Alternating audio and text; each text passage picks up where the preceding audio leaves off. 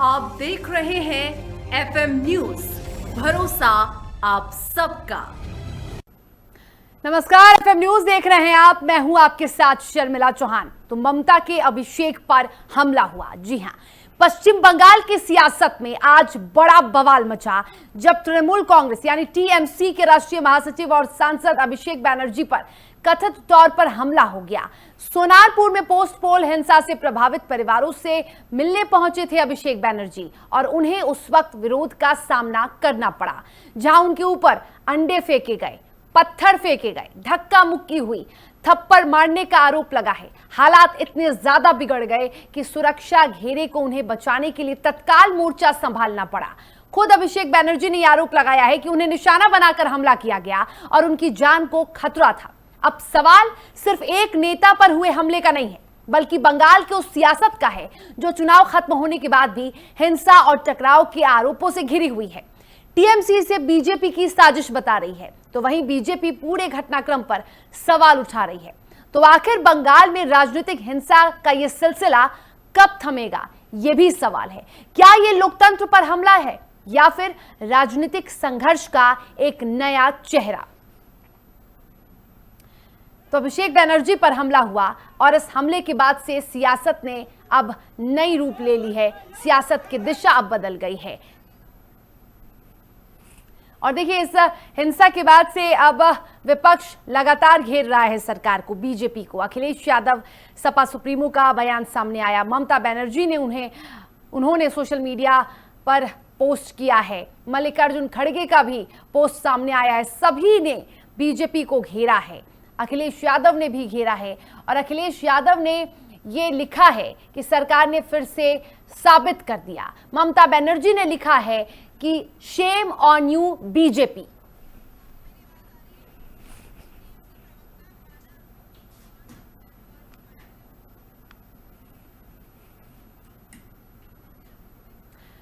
और इसी को लेकर क्या कुछ कहा है टीएमसी के प्रवक्ता मानव जायसवाल ने, यह भी सुनिए आप। हमारे नेता, ये बहुत ही निंदनीय है कि जिस तरीके से हमारे नेता अभिषेक बैनर्जी और देश के चुने हुए सांसद को हम पर हमला हुआ, ये सिद्ध हो जाता है कि ये सरकार फेलियर है और ये सरकार एक षड्यंत्र रच रही है कि हमारे नेता लोगों को डराया जाए, धमकाया जाए, पीटा जाए कि वो घर से ना निकले और साथ ही साथ लोगों तक ना पहुंचे। लेकिन हम झुकेंगे नहीं, हम लोगों तक पहुंचेंगे और हमारे जो कार्यकर्ताओं जिनको मारा गया है, हमारी पूरी टीम हमारे सांसद के नेतृत्व में, हमारे नेता के नेतृत्व में हम सबसे मिलेंगे और मिलेंगे और जुड़ेंगे। और जिस तरीके से ये देखा जा रहा है, जो लोग वहां पे लिप्त हैं, ये सारे के सारे बीजेपी और आरएसएस के कार्यकर्ता हैं और ये लोग चाहते हैं कि किसी भी तरीके से टीएमसी टूट जाए। हम टूटेंगे नहीं। तो बीजेपी चाहती है कि किसी भी कीमत पे टीएमसी टूटे, लेकिन हम टूटेंगे नहीं। और चलिए, इस डिबेट में हम बातचीत करेंगे और बातचीत के लिए हमारे साथ खास मेहमान बीजेपी के प्रवक्ता तपोष पाल जुड़े हुए हैं। और सबसे पहले तपोष जी, आपसे यही सवाल है कि जो वादे आप कर रहे थे, जो बातें आप कर रहे थे कि इस बार हिंसा मुक्त चुनाव होगा, इस बार चुनाव के बाद हिंसा नहीं होगा, जो तस्वीर हमेशा से बंगाल की जनता देखते आई है वो तस्वीर नहीं देखेगी, लेकिन हुआ क्या? तस्वीरें तो फिर से रिपीट कर रही है। तो क्या परिवर्तन हुआ तपोष जी? देखिए, सबसे पहले तो आज पुरुषोत्तम पूर्णिमा है, उसकी आपको हार्दिक शुभकामनाएं। और आज हिंदी पत्रकारिता दिवस है, उसकी भी हार्दिक शुभकामनाएं। सभी हिंदी पत्रकारों को मेरा सादर प्रणाम। और देखिए, आज अमित शाह जी ने गृह मंत्री का पद संभालते हुए 7 वर्ष पूर्ण किए हैं, तो उनको भी हार्दिक बधाई।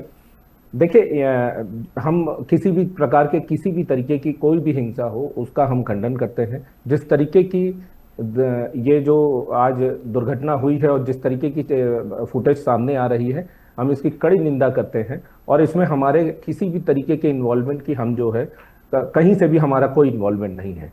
ये इन्हीं के लोग होंगे जो इस तरीके के काम कर रहे हैं। मैं कल जो है कल्याण बनर्जी, इनके जो वरिष्ठ नेता हैं भवानीपुर से, उनका मैं 1-on-1 रिपोर्ट, मतलब आप कह लीजिए कि मतलब इंटरव्यू सुन रहा था और उसमें वो साफ ये कह रहे थे कि अगले हफ्ते से आप देख लीजिएगा कि टीएमसी जो है बहुत बड़ा स्टेप लेने जा रही है और बहुत धमाकेदार चीजें होने जा रही है। और आप देखते ही आप समझ जाएंगे कि टीएमसी कहां पर है। और ये मेरे ख्याल से उन्हीं का एक तरीका रहा होगा कि अभिषेक बनर्जी को वो अपने ही लोगों से पिटवा दें और उसके बाद फिर उस सहानुभूति की लहर चलाएं। मतलब आप कह रहे हैं कि ये टीएमसी का ही स्टंट हो सकता है? बिल्कुल हो सकता है भाई, हम क्यों इनको पीटने जाएंगे भाई, हमें क्या मतलब है। देखिए ये व्यक्ति जो है, जो आप यहाँ टीवी में दिखा रहे हैं और जो जिसको लोग पीट रहे हैं, ये इतना मतलब इसकी जुबान इतनी गंदी है। इस व्यक्ति का मंच पे खड़े होकर स्टेटमेंट्स क्या है आप गृह मंत्री जी के लिए कि तुम अगर एक पिता के बच्चे हो तो 4 तारीख को 12 बजे के बाद कोलकाता में रह के दिखा देना। तो इस तरीके के स्टेटमेंट्स है ना, तो ये बुजुर्गों का लिहाज करता है। पिटाई होनी चाहिए। आप क्या जस्टिफाई कर रहे हैं? ना तो इस व्यक्ति, ये मैं अभिषेक बनर्जी की बात कर रहा हूँ, ना तो इस व्यक्ति में एक बूंद भी जो है शिष्टाचार है, ना ही बुजुर्गों का सम्मान करना इसे आता है, ना राजनीतिक तौर पे स्टेटमेंट्स देने आते। सिर्फ और सिर्फ मंच पे खड़े होकर धमकियां देना और मतलब माँ बहन ऐसे शब्दों का प्रयोग करके जो है निचले स्तर की। चलिए ठीक है तपोज जी, मेरा एक सवाल है, लेकिन मैं फिर से मैडम मैं फिर से ये खंडन करता हूं, इस तरीके का कोई हमारा कल्चर नहीं है, कोई हमारा इतिहास नहीं है। ये कल्चर टीएमसी का है और वही इनको पीट रहे होंगे क्योंकि वो आज जो है उनको मौका मिला होगा इनसे बदला पूरा। देखिए लेकिन तपोज जी यहाँ पर आपने जिन धमकियों की बात की उस पर कार्रवाई भी हो रही है, उन पर कई मुकदमे दर्ज हैं, वो कानूनी प्रक्रिया है, उसके तहत उन पे जो दोष होगा उसके हिसाब से वो प्रक्रिया चलेगी। हाँ। लेकिन ये तो जायज नहीं है ना कि कोई कहीं जा रहा है, पीड़ित के परिवार से मिलने जा रहा है, उसके साथ इस तरीके से बदसलूकी की जाए, थप्पड़ मारा जाए, वो भी एक सांसद को, उसके सिर पे अंडे फोड़े जाएं। यदि हेलमेट ना लगा होता तो शायद सिर भी फूट जाता। एक और सवाल है कि सुरक्षा कर्मी वहां पे कोई भी क्यों नहीं था? अभी चुनाव के परिणाम के अभी 1 महीने भी नहीं हुए, 4 मई को परिणाम आया था, अभी 1 महीने भी नहीं हुए हैं और सीआरपीएफ की इतनी बड़ी संख्या में तैनाती हुई थी, कहीं भी कोई पुलिस टीम नहीं। आपको पता है कि वहां सांसद पहुंच रहे हैं, कोई सुरक्षा बल तैनात नहीं किए गए थे, क्यों? भाई देखिए उनकी सुरक्षा में पूरी व्यवस्था की गई है। आप देखिए वहां पे एनएफ सुरक्षा कर्मी हैं और जो भी सुरक्षा में उनकी चूक हुई है उनकी अच्छे से कार्रवाई होगी, आप ये निश्चिंत रहिए। ये जो उनके ऊपर हाथापाई हुई है ये सही में दुर्भाग्यपूर्ण है, इसका हम पूरी तरीके से खंडन करते हैं। यहाँ पे भाजपा से इन्वॉल्वमेंट कहीं से भी दूर दूर तक कहीं कुछ नहीं है। आप वहां जितने लोग मार रहे होंगे वो सब गिरफ्तार होंगे, मैं बता रहा हूं आपको। लेकिन प्रश्न ये भी उठता है ना कि इनकी राजनीतिक जिम्मेदारी क्या है। वो एक पब्लिक फिगर है, वो मंच पे खड़े होकर इस तरीके से लोगों को धमकाएंगे, जहां शायद ये आज मेरे ख्याल से डायमंड हार्बर ही गए हुए थे या फाल्ता में वहीं पे कहीं गए हुए थे, तो वहां पर वो जितने भी उन्होंने सभाएं की वहां पे यही बोलते थे कि आपको 10 जन्म लग जाएगा, हम यहाँ से हटा नहीं पाएंगे। आज तपोज जी से अगेन सोनारपुर गए थे, सोनारपुर में जो टीएमसी के जो कार्यकर्ता की जान चली गई है उनके परिवार वालों से वो मिलने पहुंचे थे और उस वक्त ये हादसा हुआ, उस वक्त ये घटना उनके साथ घटी। क्या ये जायज था? बिल्कुल जायज नहीं था। मैं कई बार खंडन कर चुका हूं मैडम, मैं फिर से बता रहा हूं, बिल्कुल जायज नहीं था। और हमारी ऐसी कोई संस्कृति भी नहीं है और हमारा ऐसा कोई कल्चर भी नहीं है कि हम इसको इंडोर्स करें। हम इस तरीके की चुनावी हिंसा को हम एक सिरे से नकारते हैं। ये इन्हीं का कल्चर है। हमारे जितने लोग मारे गए हैं, देखिए मैं आपको सिंपल एक एग्जांपल देता हूं। यहां तक कि टीएमसी के जितने कार्यकर्ता हैं, टीएमसी के जो बड़े बड़े नेता हैं, उन्होंने इसको इंडोर्स किया। उन्होंने कहा है कि शुभेंदु अधिकारी जो है वो कम से कम 5000 टीएमसी कर्मियों की जान बचा ली है। कैसे बचा ली है? नेक्स्ट डे जो है इनके पीए को गोली मार दी गई थी और उसी समय अगर सारे लोग गुस्से में थे, उसी समय वहां, उस समय तो इलेक्शन भी खत्म हो गया था, उस समय अगर शुभेंदु अधिकारी धैर्य नहीं दिखाते, वो अगर अनर्गल स्टेटमेंट दे देते कि मारो टीएमसी के लोगों को जो जहां मिले, सारे लोग गुस्से में थे, क्या भत्सना होती? मतलब टीएमसी के कार्यकर्ताओं को घर से निकाल के मारा जाता। लेकिन कुछ नहीं हुआ। टीएमसी शुभेंदु अधिकारी सामने आए और सब लोगों से ये कहा आप धैर्य बना के रखिए, हम कानूनी तरीके से लड़ाइयां लड़ेंगे और इनको जो है सजा देंगे। एक भी टीएमसी के कार्यकर्ता किसी के ऊपर हाथ चला हो उस दिन तो बताइए आप। लेकिन ये जो है आज जो ये घटना हुई है, ये किसी तरीके, ये है ही नहीं भाई, ये हमारा कल्चर ही नहीं है। ये हम क्यों करें भाई? हमने हमारे अंदर कभी ऐसे किसी को मार दे, क्यों मारे भाई? हम क्यों हाथ उठाएंगे किसी के ऊपर? हमने राजनीतिक तौर पे मुद्दों के तौर पे और जनता के पास जाके हमने जो है अब ये लड़ाई लड़े हैं और हम आगे भी ऐसी ही लड़ाई लड़ते चलिए रहेंगे। तपोष जी, ठीक है, अब आपके सारे सवालों का, आपकी बातचीत का जवाब देने के लिए हमारे साथ टीएमसी के प्रवक्ता राम प्रकाश पांडे भी जुड़ गए हैं। सर, बहुत बहुत स्वागत है आपका। जो घटना घटी उस पर खुद बीजेपी के प्रवक्ता तपोष पाल जी हमारे साथ जुड़े हुए हैं और लगातार वो यही कह रहे हैं कि हम इस घटना की निंदा करते हैं, लेकिन ये कहीं से भी बीजेपी के द्वारा किया गया कार्य नहीं है और ये जो भी हुआ ये गलत हुआ। ये तापस जी के बोलने से तो नहीं मान लेंगे और बड़े ही खुशी, उनको तो खुशी हुई है और ये बदला की राजनीति कर रहे हैं। और जो अपने को सनातनी कहते हैं ना, आज मैं उनसे पूछता हूं कि मेरे हिंदू धर्म में कहां लिखा है? अब मेरे धर्म की, भारत की सभ्यता ने कब सिखाई है जो शांति का दूत बन के हर दूसरे देशों में शांति का स्थापना करने वाली देश के को राजनीति करने के लिए तार तार कर दिया भारत के संविधान को, इन्होंने लोकतंत्र को तार तार कर दिया। शर्म आती है आज भारतीय बोलने में मुझे कि एक ऐसा राजनीतिक दल गया जो हिंसा और दंगा का राजनीति छोड़ के कभी जिंदगी में कुछ नहीं किया है। सर, 2021 के चुनाव के बाद भी दंगा हुआ था, हिंसा हुआ था, उस वक्त किसकी सरकार थी? राम की बात करते हैं, राम ने कभी सिखाई, राम ने रावण से वध करने के लिए पहले उसे संधि संदेश भेजा था। ये तो सरासर इनका अगर बस चलता तो अभिषेक बनर्जी का कत्ल कर देते आज। राम प्रकाश जी, बिल्कुल जो हुआ गलत था, लेकिन आप ये कह रहे हैं कि दंगा फैलाने का काम बीजेपी कर रही है। 2021 के चुनाव के बाद जो हिंसा हुई थी, जिसमें कितने लोगों की जान गई थी, आप भी जानते हैं, कितने लोग घायल हुए थे, उस वक्त तो बीजेपी नहीं थी। सर, मैं आपको इतिहास है, गोधरा दंगा किसका है पूछता हूं, भागलपुर का दंगा किसका है जो हिंदुओं के नाम पर मुसलमानों का कत्लेआम? गोधरा कांड बीजेपी ने करवाया था। बंगाल में भी यही करेंगे राम प्रकाश जी, गोधरा कांड बीजेपी ने करवाया था। हमारे नेताओं का कत्लेआम करेंगे, इनकी राजनीति यही है, एक गंदी षड्यंत्रकारी राजनीति। राम प्रकाश जी, गोधरा कांड बीजेपी ने करवाया था। किसके राम के नाम पर किसने कत्ल कराए थे? बीजेपी ने राम के नाम पे कत्ल किया था। वो जो आग लगी थी, जितने वो कार सेवकों की जान गई थी, वो बीजेपी की वजह से गई थी। सर, आप एक तो आप लोग मुद्दे से भटक जाते हैं, आप कुछ का कुछ कहने लगते हैं। जो बात है, जो गलत है वो गलत है और जो सही है वो सही है। आज गलत हुआ, उस पर हम बात कर रहे हैं। आप गोधरा कांड किसने करवाया था? सर, केवल तृणमूल कांग्रेस करती है। आज इसने प्रमाण कर दिया कि हिंसा इनके रगों में है। आज इन्होंने पश्चिम बंगाल में एक कृत्य करके प्रमाण दिया इन्होंने कि पोस्ट वायलेंस करने में इनका हाथ कितना बड़ा है। अभिषेक बनर्जी एक सांसद पर हाथ उठाया है। चलिए तपोष जी बताइए। सांसद पर, भारत के सांसद पर हाथ उठाया, और मेरे प्रधानमंत्री अमित शाह जी के मुंह से एक शब्द नहीं निकल रहे उसके। वो देश के गृह मंत्री है, देश के प्रधानमंत्री है, एक पार्लियामेंट के सांसद पर हमला हुआ है। तपोष जी, क्या प्रधानमंत्री का तपोष जी, प्रधानमंत्री ने इस पर संवेदना नहीं जताई है। टीएमसी के प्रवक्ता का कहना है कि बीजेपी ने अब तक इस पर कोई भी प्रतिक्रिया नहीं दी है, जो कि गलत हुआ है। सांसद के साथ मारपीट हुई है, जो कि वाकई में सांसद के साथ इस तरीके की जो बदसलूकी हुई वो गलत है। लेकिन टीएमसी के प्रवक्ता का कहना है कि इस पर प्रधानमंत्री की प्रतिक्रिया आनी चाहिए, जो कि नहीं आई।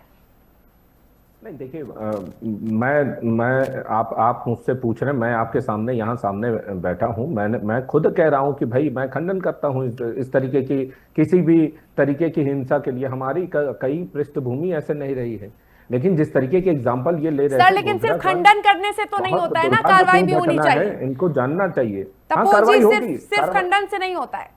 नहीं सर, मैडम, कार्रवाई होगी और मैं आपको बता रहा हूं कि इसमें जो भी दोषी हैं वो कोई नहीं बख्शे जाएंगे। और आई एम डैम श्योर कि ये टीएमसी के लोगों ने ही इनके ऊपर करवाया, क्योंकि कल ही जो है कल्याण बनर्जी ने स्टेटमेंट दिया है अपने इंटरव्यू में, पर्सनल इंटरव्यू, मैं टीवी का नाम नहीं ले रहा हूं यहाँ पे, बंगाली न्यूज चैनल में कल्याण बनर्जी ने खुद कहा है कि आप अगले हफ्ते से देख लीजिएगा टीएमसी कैसे उठना शुरू हो जाएगा। तो ये उनके हथकंडे हैं। तो क्या कोई अपने जान को खतरे में डाल देगा इस तरीके से? आप ये कह रहे हैं कि ये तो चुनावी स्टंट हो सकता है, ये मतलब एक स्टंट, ये सियासी स्टंट हो सकता है। चुनावी स्टंट है ये और कुछ बचा नहीं है इनके पास। नहीं, आप एक बात बताइए, जो व्यक्ति ये कहता था कि गृहमंत्री को कि अगर तुम जो है एक बाप के लड़के हो तो चाहते हैं 4 तारीख को 12 के बाद खड़े होकर दिखा एक देना। एक कर बोलिए, एक एक कर बोलिए, किसी की बात समझ में नहीं आ रही। राम प्रकाश जी चलिए, तपोज जी राम प्रकाश जी को सुन लेते हैं, एक एक करके बोलिएगा तो समझ में आएगी कि आप दोनों बोल क्या रहे हैं। वैसे हम समझ ही नहीं पा रहे। तब बोलिए राम प्रकाश जी, कहिए। मुझसे पूछा था ना, इसीलिए मैं आपको सीधे बताया कि चुनाव की गिनती जब हो रही थी तो ममता बनर्जी के ऊपर हाथ घुसे चाले चले थे। अगर उनके सिक्योरिटी गार्ड नहीं होते तो उन्हें वहां धराशायी कर देते ये। तो इनका तो एक ही मकसद था, ममता बनर्जी का कत्ल कर देना, उनको जान से मार देना, क्योंकि उनके सामने ये टिक नहीं पाएंगे तो उनके पर हमला करना।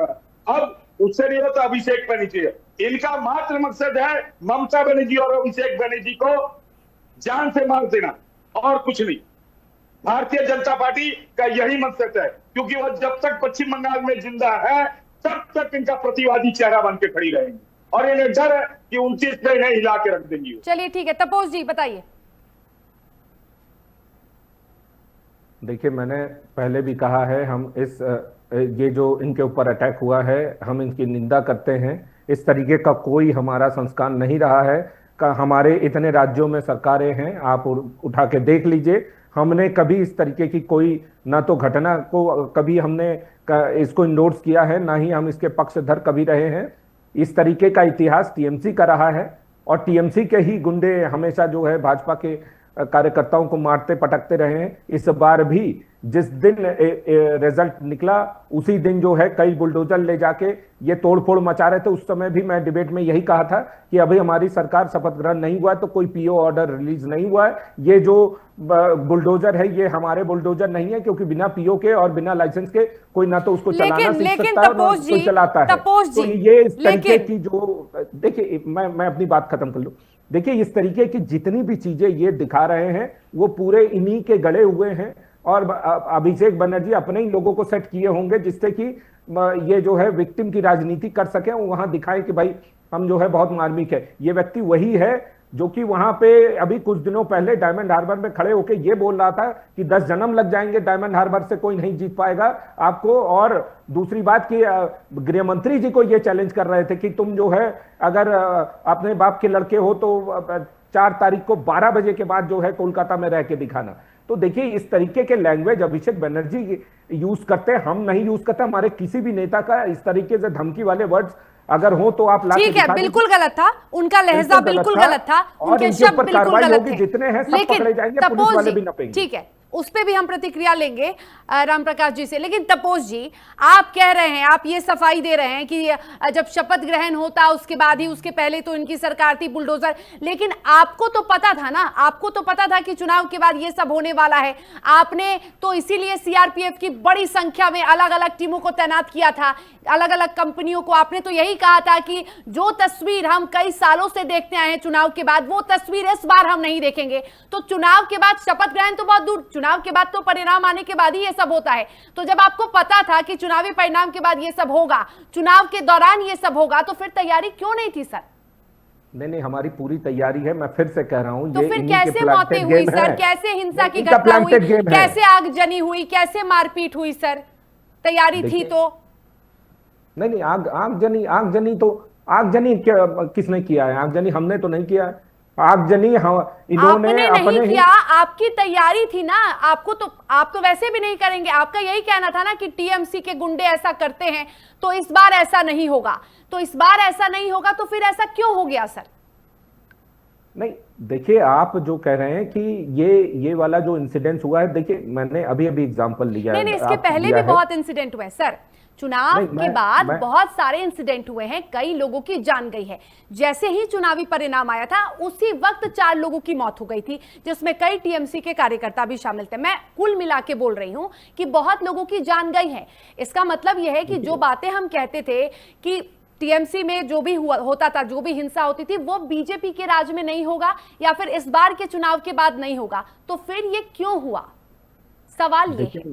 देखिए मैडम, आम जनता के बीच में कॉन्फिडेंस है, कहीं पे कोई इस तरीके की कोई झड़प नहीं हो रही कि सिर्फ इनके साथ हुई है उसके बाद। और मैं एक चीज और बता दूं, जिस दिन इलेक्शन खत्म हुआ उसके दूसरे दिन शुभेंदु अधिकारी के जो सेक्रेटरी रथ को जो गोली मारी गई थी, उसके बाद सारे टीएमसी के लोग जितने भी कार्यकर्ता हैं टीएमसी के, वो भाजपा को धन्यवाद देते हैं, वो शुभेंदु अधिकारी को धन्यवाद देते हैं कि अगर उस दिन कोई वल्गर स्टेटमेंट या फिर बहुत एक्साइटमेंट वाले स्टेटमेंट अगर शुभेंदु अधिकारी दे देते तो उस दिन टीएमसी के कार्यकर्ताओं को घर से निकाल के मारा जाता। लेकिन संयम दिखाया शुभेंदु अधिकारी ने और भाजपा ने इस तरीके की कोई स्टेप लेने के लिए मना किया। ठीक है, चलिए राम प्रकाश पांडे, रोष था लोगों में और ये कुछ नहीं कर सकते थे। ठीक है, राम प्रकाश जी बताइए। इस तरीके की अगर कोई चीजें होती तो हमारी तो दो चार ही बातें इनसे पूछने लायक कि इन्होंने अवशासन दिया था पश्चिम बंगाल की आवाम को कि ना चुनाव के समय कोई हिंसा होगी ना चुनाव के बाद होगी। बिल्कुल।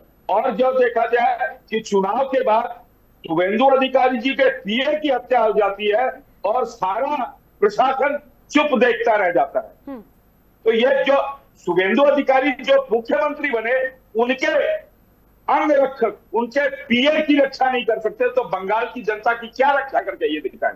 उसके बाद एक कर एक हमले और एक दशक बाद अब तो इतना बढ़ गया कि पोस्ट वायलेंस से दिलीप घोष चाहे सुकांत मजूमदार के पास कोई हमला नहीं हुआ था, यहाँ तो सरासरी इन्होंने अभिषेक बनर्जी के ऊपर हमला करके दिखा दिया अपनी ताकत, क्योंकि सीआरपीएफ इनके पास है, केंद्र बल इनके पास है, पश्चिम बंगाल इनका गुलाम हो गया। यहाँ की जनता को कुचल देंगे आप। लोगों को देख रहे हैं कि इनके शासन इनके हाथ में आ गया कि रोडों पर ना इन्हें धर्म है ना सारा है, इनके पास ना महिलाओं की कोई है कि महिलाओं के सामने अगर एक आदमी को नंगा लेके घुमाएंगे तो महिलाओं का सर झुकता है। नंगा लेके घुमा रहे, दिखा रहे ताकत है हमारा, भुजाओं की ताकत दिखाने आए। ठीक है राम प्रकाश जी, बहुत बहुत धन्यवाद आप दोनों मेहमानों का हमसे जुड़ने के लिए और बातचीत करने के लिए।